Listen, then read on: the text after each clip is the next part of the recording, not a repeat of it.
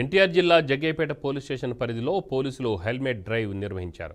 ద్విచక్ర వాహనదారులు హెల్మెట్ లేకుండా బైక్ నడిపితే కఠిన చర్యలు తీసుకుంటామని సిఐపి వెంకటేశ్వర్లు అన్నారు. హెల్మెట్ ధరించడం వల్ల ప్రమాద సమయాలలో ప్రాణాలు కాపాడుకోవచ్చని సూచించారు.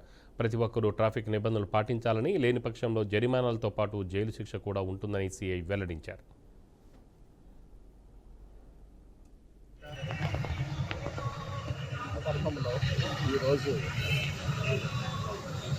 హెల్మెట్స్ ధరించి ప్రజలతో కూడా హెల్మెట్స్ పెట్టించి టూ వీలర్స్ మీద ఒక అవగాహన అవేర్నెస్ క్యాంప్ ప్రజల్లో తెలియజేస్తూ ఈ ప్రమాదాలు బారిన ఎవరూ పడకూడదన్న ఉద్దేశంతో ఈరోజు ఈ కార్యక్రమాన్ని